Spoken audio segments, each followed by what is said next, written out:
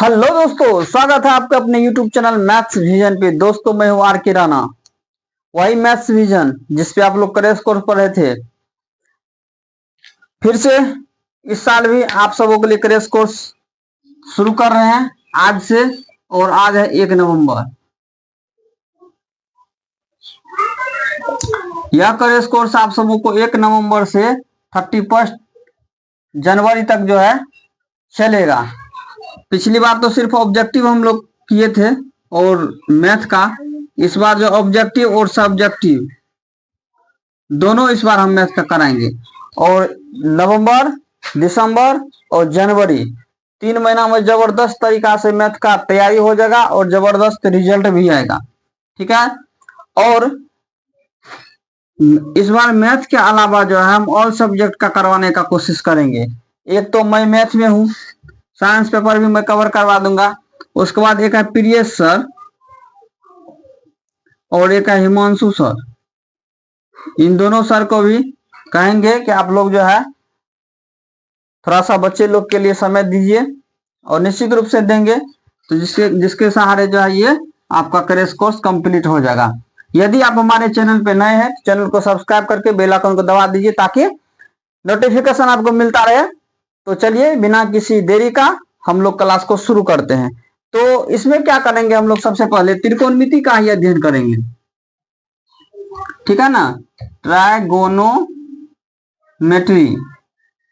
Trigonometry ये जो है 3 शब्द से बना हुआ रहता है। ट्राइगोनोमेट्री, ट्राई जैसा कि हम लोग बोलते हैं, गोनो और मेट्री। ठीक है ना। ट्राई मतलब तो 3 होता है, गोनो मतलब कोण और मेट्री मतलब माप। अब इसका मतलब कोण कैसे, मेट्री मतलब माप कैसे हो गया कहिएगा। हम लोग तो पढ़े हैं एंगल मतलब कोण होता है, मेजरमेंट मतलब माप होता है। तो एक ग्रीक वर्ड है इन दोनों के लिए, एक ग्रीक वर्ड है, ग्रीक वर्ड है गोनिया, जिसका हिंदी होता है कि गोनिया से गोन बना है, जिसका कोण होता है। और मेट्रोन होता है, मेट्रोन का मतलब होता है माप। तो ये रहा आपका। ठीक है ना। तो त्रिकोणमिति जो है गणित का एक महत्वपूर्ण शाखा है जिसमें हम 3 कोणों का माप का अध्ययन करते हैं। तो 3 कोण किस में होता है भाई, तो 3 कोण तो त्रिभुज में होता है। तो चलिए हम त्रिभुज बनाते हैं। लीजिए मैंने एक त्रिभुज बना दिया और नाम भी दे डाला। तो त्रिभुज बनाने के बाद हम इसमें देखते हैं क्या सिर्फ 3 कोण से त्रिभुज बन गया है, बिल्कुल नहीं। यहाँ आप लोग देख रहे हैं कि 3 कोण तो यहाँ बन रहा है। ठीक है ना। 3 कोण जब यहाँ पे बन रहा है तो भाई ये क्या है, ये भुजा है। तो ऐसा नहीं कि सिर्फ 3 कोण से बना है, 3 भुजा की मदद से कोण बना है तब जाके त्रिभुज बना है। तो त्रिकोणमिति में हम लोग कोण का तो अध्ययन करते ही करते हैं, साथ ही साथ 3 भुजा का भी अध्ययन करते हैं। और ये 3 भुजा का अलग अलग नाम भी होता है। तो त्रिकोणमिति में कोण के साथ साथ हम भुजा का भी अध्ययन करते हैं। वो भुजा कौन सा होता है चलिए हम आगे देखते हैं, तब तक इसको साफ सुथरा कर दे। तो चलिए त्रिकोणमिति के बारे में जान लिए, कौन बन गया, भुजा बन गया। तो भाई ये बात हम जानेंगे, त्रिकोणमिति में हम समकोण त्रिभुज का अध्ययन करते हैं। समकोण त्रिभुज दैट मीन्स 90 डिग्री के कोण। ठीक है ना। अब इसमें मैंने क्या बोला था कि कोण का नाम भी होता है, भुजा का भी नाम अलग अलग होता है। यहाँ ये समकोण हो गया क्योंकि ये 90 डिग्री का है। और ये जब एक भुजा 90 डिग्री का हो गया तो 2 भुजा का योग 90 होगा, अर्थात 90 से कम ही होगा ना। तो 90 से कम कम जो होगा तो ये हो जाएगा न्यून कोण, ये हो गया समकोण। अब देखिए यहाँ पे समकोण के सामने की जो भुजा होती है उसे हम कर्ण कहते हैं। ओके।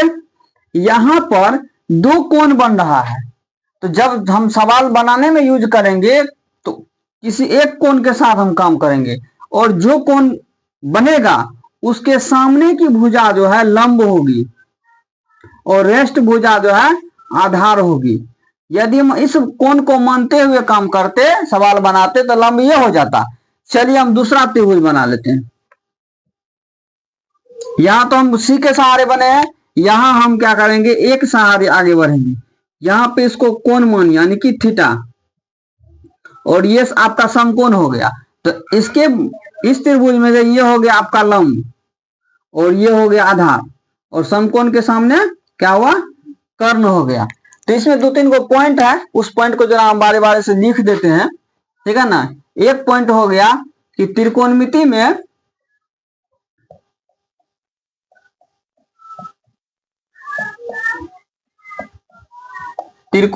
में समकोण त्रिभुज का अध्ययन करते हैं, समकोण त्रिभुज का अध्ययन करते हैं। दूसरा पॉइंट क्या हो जाएगा, क्या बोले थे, समकोण त्रिभुज के सामने एक भुजा कर्ण कहलाती है। समकोण त्रिभुज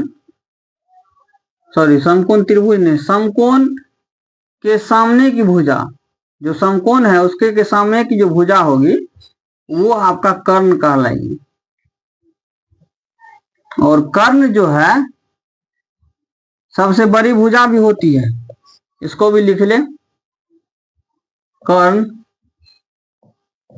सबसे बड़ी भुजा होती है,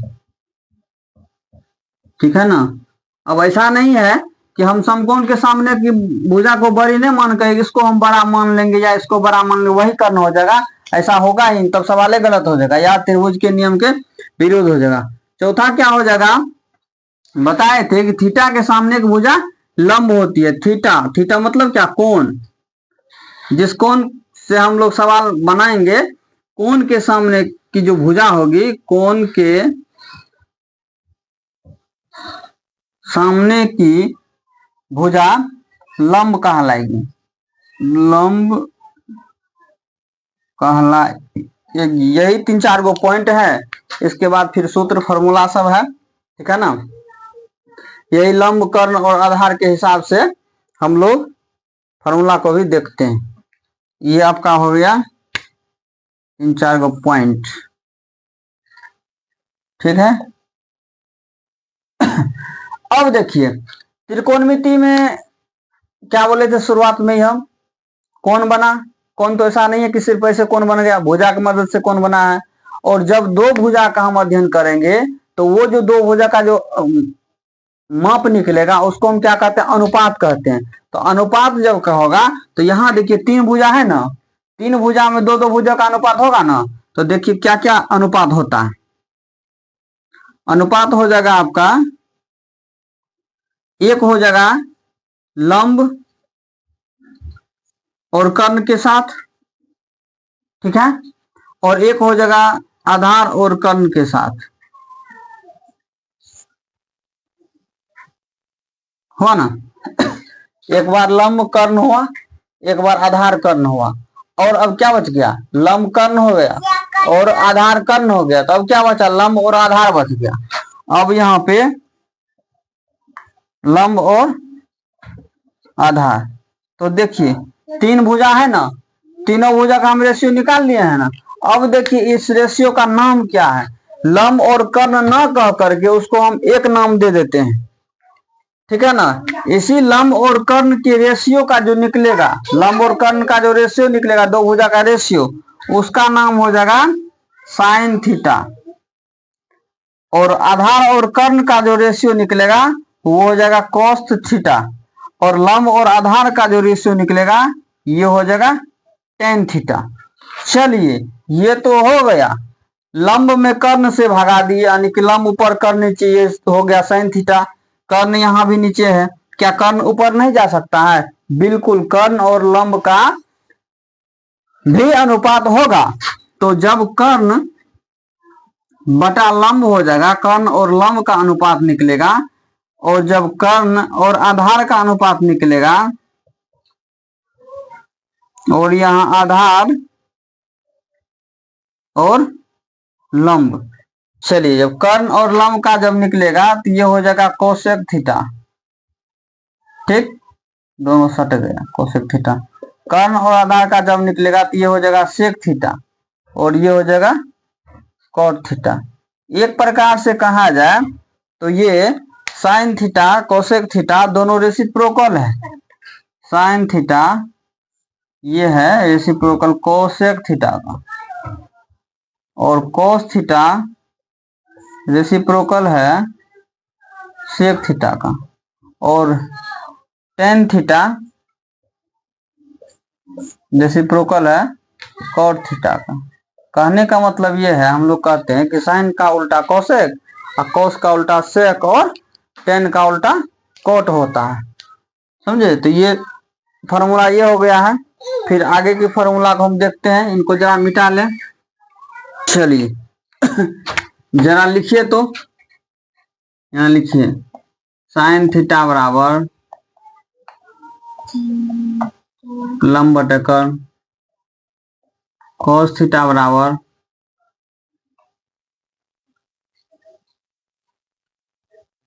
आधार बटे कर्ण, टेन थीटा बराबर लंब बटे आधार। और तीन को जो रेशियो बच गया ट्रायगोनोमेट्रिक रेशियो, साइन का उल्टा कोसेक, कोस का सेक और टेन का कोट, इसके सामने ही लिखते हैं। सामने लिखने में ये होगा कि आप ये समझ जाइएगा कि साइन थीटा का उल्टा होता है कोसेक थीटा, ठीक है ना। तो ये जो है उल्टा हो जाएगा, ये कर्ण ऊपर चला जाएगा और लंब नीचे आ जाएगा, ठीक है ना। यहाँ वो में पेट नीचे आएगा, तो कोसेक थीटा बराबर क्या आ जाएगा, कर्ण ऊपर जाएगा और लंब नीचे आ जाएगा। इसका क्या हो जाएगा, कोस का सेक थीटा हो जाएगा, तो आधार बटा कर्ण, और टेन का क्या हो जाएगा, कॉट थीटा। कॉट थीटा बराबर क्या हो जाएगा, आधार बटा लंब। इसी के बेसिस पे हम और सूत्र को देखेंगे। साइन थीटा का उल्टा कोसेक थीटा हम क्यों कहते हैं, कॉस थीटा का उल्टा सेक थीटा क्यों कहते हैं, टेन थीटा का उल्टा कॉट थीटा क्यों कहते हैं। क्योंकि आज मेरा पहला क्लास ऑनलाइन में है, बहुत दिन के बाद ऑनलाइन क्लास फिर शुरू कर रहे हैं। थोड़ा सा लग रहा है ऐसे कि पर अब नहीं क्लास ले, अब अगले क्लास बताएंगे, लेकिन बताना तो है, ठीक है ना। चलिए उल्टा हम क्यों कहते हैं, क्योंकि साइन थीटा को जब हम कोसेक थीटा से गुना करते हैं ये 1 होता है, इसलिए उल्टा कहते हैं। अब कहिए कि उल्टा को गुना करेंगे तो 1 कैसे हो जाएगा, तो उदाहरण के लिए समझिए, यदि हम 4 को गुना कर दे 1/4 से, अब कहिएगा 4 का उल्टा 1/4 कैसे हो गया, ये बात भी समझिए। तो 4 तो ये है, तो 4 सिर्फ 4 नहीं है, 4 के नीचे में 1 है, ये होगा 4/1, और 4/1 को जब इसके उल्टा 1/4 से गुना करते हैं तो 1 1 कट गया, 4 4 कट गया, तो ये 1 होता है। तो उसी प्रकार से साइन थीटा और कोसेक थीटा का उल्टा से जब हम गुना किए हैं तो वो आपका जो 1 हो गया, ठीक है। तो इसलिए साइन थीटा का उल्टा कोसेक थीटा होता है। अब इस साइन थीटा कोसेक थीटा के देखिए यहाँ पे और 2 सूत्र निकल जाएगा। साइन थीटा बराबर हो जाएगा 1, इधर ये गुना में है, इधर आकर के हो जाएगा कोसेक थीटा, और कोसेक थीटा बराबर हो जाएगा 1/sin थीटा। अब देखिए दूसरा क्या हो जाएगा, cos थीटा गुना सेक थीटा बराबर 1। तो यहां से cos थीटा बराबर हो जाएगा 1/sec थीटा, और सेक थीटा बराबर हो जाएगा 1/cos थीटा, ठीक है ना। और तीसरा बच गया आपको tan थीटा गुना cot थीटा बराबर 1। तो जब tan थीटा बराबर 1/cot थीटा और cot थीटा बराबर 1/tan थीटा, 1 2 और 3, इस प्रकार से ये भी हो गया आपका सूत्र। उम्मीद करता हूं कि आप लोग अच्छा से समझे होंगे। समझने में कोई दिक्कत कोई परेशानी हो तो आप लोग कमेंट कीजिए, उस चीज को हम कोशिश करेंगे आप लोग का समस्या का समाधान करने का, क्योंकि हम सबका कमेंट पढ़ते हैं, आपका भी देखेंगे। और उम्मीद करता हूं कि पहला चैप्टर जो आपका होगा इसी सूत्र पे हो जाएगा, ठीक है ना। तो आज कक्षा को यही रहने देते हैं। एक बार पुनः कहेंगे, आप हमारे चैनल पे नए हैं तो चैनल को सब्सक्राइब कर लीजिए और बेल आइकन को भी दबा दीजिए ताकि समय समय पर नोटिफिकेशन मिले, और अपने दोस्त के साथ भी शेयर कीजिए। चलिए तो इस क्लास को यहीं तक रहने देते हैं, तब तक के लिए जय हिंद, वंदे मातरम।